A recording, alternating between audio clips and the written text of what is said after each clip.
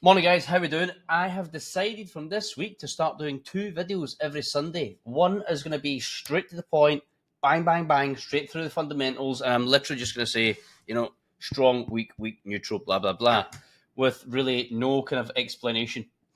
Like, I'm just going to fly through this and be like, bullish, bullish, bearish, bullish, bearish. I'm just going to pump through it like that.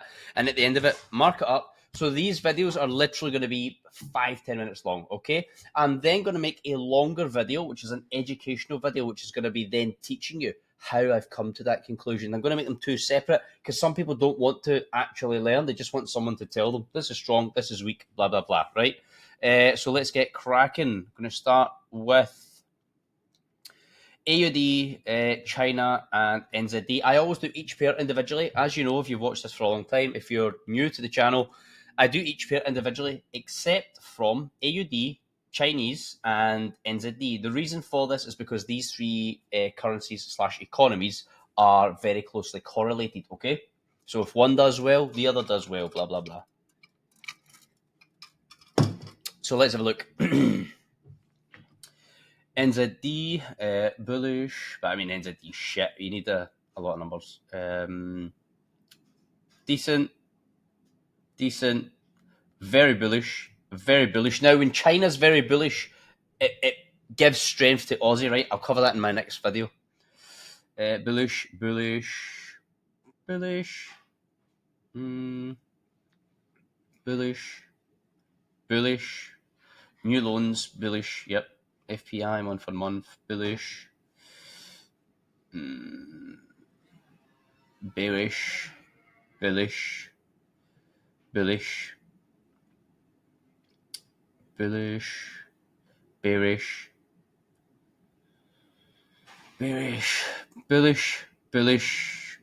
What's that, China? Yeah, bullish. It's okay. It's less than before. It's still okay. So fairly bullish. Obviously, I know a couple of times on there I've said NZD bullish, right? The New Zealand economy is absolutely dog shit. So it's very important with fundamentals, right, that you don't just take it news event by news event. Like last week, NZD was bad, so it's weak. This week, NZD is good, so it's strong. No, it does not work like that, guys. You'll see that NZD maybe give you little pullbacks now, but that's it.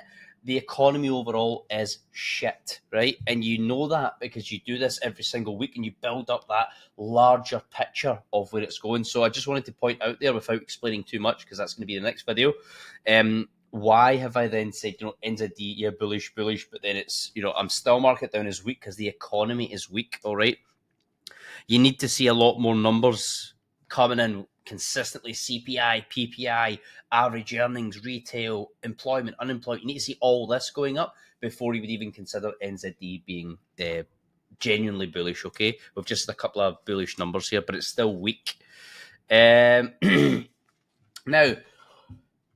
the AUD is having a bit of a hard time of things, but China is now flying, right? And that gives strength to AUD. If you want to know why, watch the next video.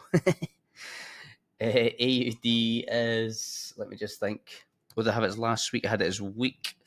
We're getting a little bit of strength, so I'm going to put that. Let me just have a look at last week's as well. Last week's news.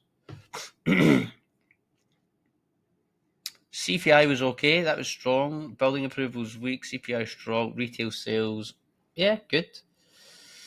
Okay, I'm gonna put AUD in. I'll put it in strong for now, but it will be. I will be monitoring it closely. It's not a solid strong, right? However, when you see China doing well, it's like, okay, Australia's going to then do well. Again, if you want to understand why that happens, watch the next video, the longer one, okay? Moving on.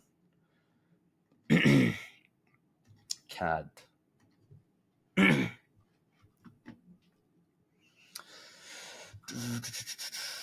Last week, what date are we on? Yes, it's this one, okay. Manufacturing sales up.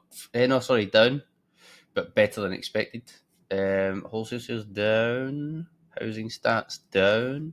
Foreign securities purchases down. They're just giving better than expected. Let's have a look. Canada was giving us some good numbers, right? So we don't just want to look at this and be like, oh, it's weak. It was giving us some really good numbers. Look, trade balance is getting better. IVPMI is above 54.7. That's very good. Very bullish. Very bullish. Very bullish. Okay, so look, when we jump across here, just because we've got a couple of not so good numbers. Look, that's great. That's sorry. No, it's not good, but it's better than expected. Not good. Not good. Good.